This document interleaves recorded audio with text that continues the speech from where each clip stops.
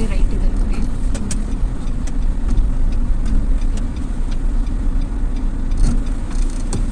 ಇಲ್ಲಿ ಮಧ್ಯದಲ್ಲಿ ಸ್ಟ್ರೇಟ್ ಇಲ್ಲಿ ನಿಲ್ಲಿಸಿ ನೀವು ಸ್ಟ್ರೇಟ್ ಹೋಗಿ ರೈಟ್ ಹೋಗಿ ಆಮೇಲೆ ಆಚೆ ಸ್ಕ್ಯಾನರ್ ಮಾಡ.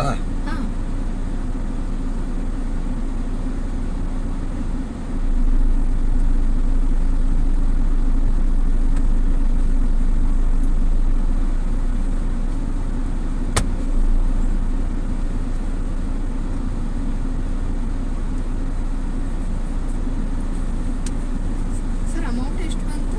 487. ನನಗೆ 334 ತೋರಿಸ್ತಿದೆಯಲ್ಲ. ಸರ್ಕಾರದ ರೇಟ್ ಅವ್ರು ಚೇಂಜ್ ಮಾಡಿಲ್ಲ ಇನ್ನ.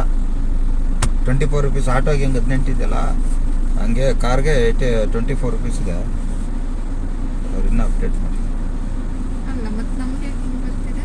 ಇದು ಗೌರ್ಮೆಂಟ್ ಅಪ್ಲಿಕೇಶನ್ ಅಲ್ವಾ ಯಾವುದು ಇದು? ಈಗ ಬಂದು ತೋರಿಸಿರೋದು ಇದು. ಯಾವಾಗಿಂದ ಆಯ್ತಿದ್ದು? ಆಯ್ತು ಮೇಡಮ್, ಜನವರಿ 1ನೇ ತಾರೀಕಿಂದ ಆಗಿಲ್ಲ. ಆಕ್ಚುಲಿ 2024ಗೆ ಆಗಿರೋದು ಅದು.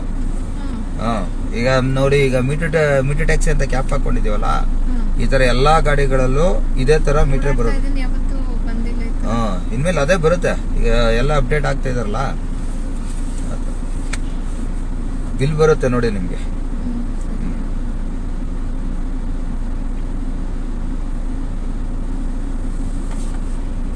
ಅದೇ ಬಂದಿರುತ್ತೆ ನೋಡಿ, ಬಿಲ್ ಬಂದಿರುತ್ತೆ ನಿಮ್ಗೆ. ನೋಡ್ಕೊಳ್ಳಿ ಮತ್ತೆಲ್ಲ. ಹೇಳಿರಿ.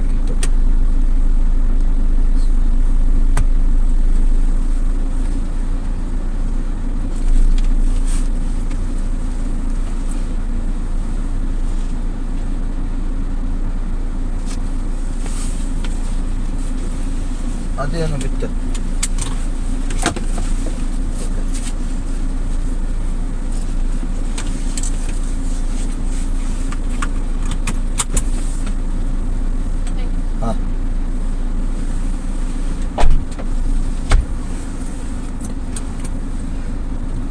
ಸ್ನೇಹಿತರೆ, ನೋಡಿದ್ರಲ್ಲ, ಕೆಲವರು ಒಂದಷ್ಟು ಜನ ಗಲಾಟೆ ಮಾಡ್ಕೊಂತೀರ. ನಾನೀಗ ಡಬಲ್ ರೋಡಿಂದ ಕರ್ಕೊಂಡ್ಬಂದೆ. ಗಾಡಿ ಓಡಿರೋದು ಕರೆಕ್ಟಾಗಿ 20 ಕಿಲೋಮೀಟ್ರು. ನನ್ನ ಬಿಲ್ಲು ಕೂಡ 20 ಕಿಲೋಮೀಟ್ರಿಗೆ 487 ರೂಪಾಯಿ ಏನು ಬರಬೇಕು ಬಂದಿದೆ. ಏನಕ್ಕೆ 7 ರೂಪಾಯಿ ಬಂತು ಅಂದರೆ ತೋರಿಸ್ತೀನಿ. ಏನು ಹೇಳುತ್ತೆ ಇದು ಅಂದರೆ,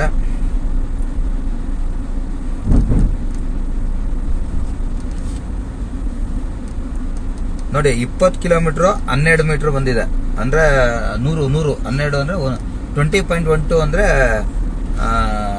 ಅಂದರೆ 120 ಮೀಟ್ರ್ ಅಂತ ಲೆಕ್ಕ ಬರುತ್ತೆ. ಸೊ ಆ ರೀತಿ ಬಂದಿರೋದ್ರಿಂದ 487 ರೂಪಾಯಿ. 1 ಕಿಲೋಮೀಟ್ರಿಗೆ ಫಸ್ಟ್ 4 ಕಿಲೋಮೀಟ್ರಿಗೆ 25 ರೂಪಾಯಿ ಇರೋದ್ರಿಂದ, ಅಂದರೆ 100 ರೂಪಾಯಿ ಅಲ್ವಾ ಫಸ್ಟ್ 4 ಕಿಲೋಮೀಟ್ರಿಗೆ. ಅದಾದ್ಮೇಲೆ 1 ಕಿಲೋಮೀಟ್ರಿಗೆ 28. ಅದರಂತೆ ಲೆಕ್ಕ, ಸಾರಿ 24. ಹಂಗೆ ಲೆಕ್ಕ ಹಾಕೊಂಡಂಗೆ ಏನಾಗುತ್ತೆ,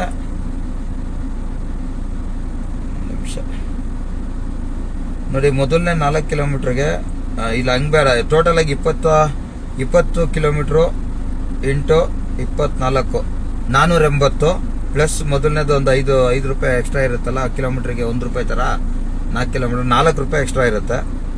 ಸೊ 484 ರೂಪಾಯಿ. ಇನ್ನು 2 ರೂಪಾಯಿ ಏನಕ್ಕೆ ಅಂದರೆ 100 ಮೀಟ್ರಿಗೆ ಎಷ್ಟು ಬರುತ್ತೆ? 1 ಕಿಲೋಮೀಟ್ರಿಗೆ 24 ಅಂದರೆ 2 ರೂಪಾಯಿ 40 ಪೈಸೆ ಬೀಳುತ್ತೆ 100 ಮೀಟ್ರಿಗೆ. ಸೊ ಹಂಗಾಗಿ ಇದರಲ್ಲಿ ಪ್ಲಸ್ 2 ರೂಪಾಯಿ 40 ಪೈಸೆ ಅಂದರೆ ಅಲ್ಲಿ 3 ರೂಪಾಯಿ ಅಂತ ಇಟ್ಕೊಳ್ಳೋಣ. ನೋಡಿ 487 ರೂಪಾಯಿ ಕರೆಕ್ಟಾಗಿ ಬಂದಿದೆ. ಸೊ ಇಲ್ಲಿ ಕಸ್ಟಮರ್ನ ಕನ್ವಿನಿಯನ್ಸ್ ಮಾಡೋದು ಬೇಕಾಗಿಲ್ಲ ಸರ್. ನಾವು ಹೇಳೋ ರೀತಿನಲ್ಲಿ ಅರ್ಥ ಮಾಡಿಸ್ಬೇಕು. ಯಾವಾಗಿಂದ ಬಂತು ಅಂತ ಹೇಳಿದ್ರು, ನಾವು ಜನವರಿಯಿಂದ ಆಲ್ರೆಡಿ ಎಲ್ಲ ಸ್ಟಾರ್ಟ್ ಆಗಿದೆ ಅಂದೆ. ಮೇಲ್ಗಡೆ ಮೀಟರ್ ಟ್ಯಾಕ್ಸಿ ಕ್ಯಾಪ್ ಇತ್ತು. ಆಮೇಲಿಂದ ಬಿಲ್ನ ಇನ್ನ ನಾನು ಕ್ಲೋಸ್ ಮಾಡಿಲ್ಲ. ಇವಾಗ ಅವ್ರಿಗೆ ಈಗ ಕ್ಲೋಸ್ ಮಾಡ್ತೀನಿ. ನೋಡಿ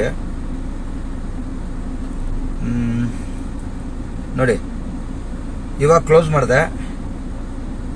ನೋಡಿ 334 ರೂಪಾಯಿ ತೋರಿಸ್ತಾ ಇದೆ. ಸೊ ನನಗೆ ಬರಬೇಕಾಗಿರೋದು ಸರ್ಕಾರದ ರೇಟು ನಾನು ತಗೊಂಡಿದ್ದೀನಿ. ನಾನು ಏನು ಪ್ರಶ್ನೆ ಮಾಡಬೇಕು, ಅವ್ರ ಪ್ರಶ್ನೆ ಏನು ಮಾಡೋದು ಅದಕ್ಕೆ ನಾನು ಉತ್ತರ ಕೊಟ್ಟಿದ್ದೀನಿ. ಇಲ್ಲಿ ಜಗಳ ಮಾಡೋ ಅವಶ್ಯಕತೆ ಇಲ್ಲ. ಒಂದು ವೇಳೆ ಅವ್ರೇನಾದ್ರು ಇಲ್ಲ ನಾನು ಕೊಡೋದೇ ಅಷ್ಟು ಇಷ್ಟು ಅಂದಾಗ, ಸರಿ ಮೇಡಮ್ ಆಯ್ತು ಬಿಟ್ಟಾಕಿ ಅಂದ್ಬಿಟ್ಟು ಬಿಟ್ಬಿಟ್ಟು ಹೋಯ್ತಾ ಇರಬೇಕು. ಆದರೆ ಇದಕ್ಕೆ ಸರಿಯಾದಂಥ ದಾರಿ ಏನು ಅಂದರೆ, ನಾನು ಮುಂದೆ ಕೋರ್ಟಲ್ಲಿ ಅವ್ರ ಮೇಲೆ ಅಪೀಲ್ ಹೋಗ್ತೀನಿ, ಅಥವಾ ನಾನು ಮುಂದೆ ಹೇಳ್ತೀನಿ, ನಿಮ್ಗಳಿಗೆ ಮಾಹಿತಿ ಕೊಡ್ತೀನಿ. ಆ ರೀತಿಯಾಗಿ ನೀವು ನಡ್ಕೊಬೇಕು.